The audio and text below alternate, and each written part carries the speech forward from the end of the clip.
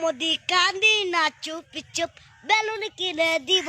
রাজনৈতিক উত্তাপের মধ্যে ভারতের আসন্ন নির্বাচনের ফলাফল ঘিরে নেট দুনিয়ায় নতুন করে ভাইরাল হয়েছে একটি প্যারোডি গান।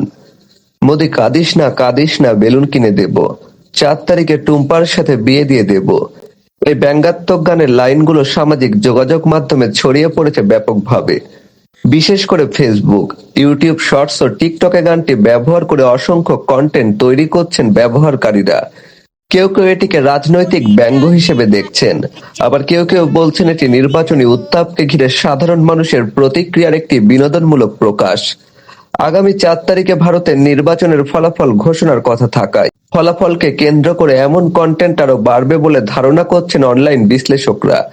তবে বিশেষজ্ঞরা মনে করছেন রাজনৈতিক বিষয় নিয়ে তৈরি এসব প্যারোডি গান একদিকে যেমন বিনোদন দিচ্ছে, অন্যদিকে জনমত সামাজিক আলোচনাকেও প্রভাবিত করছে।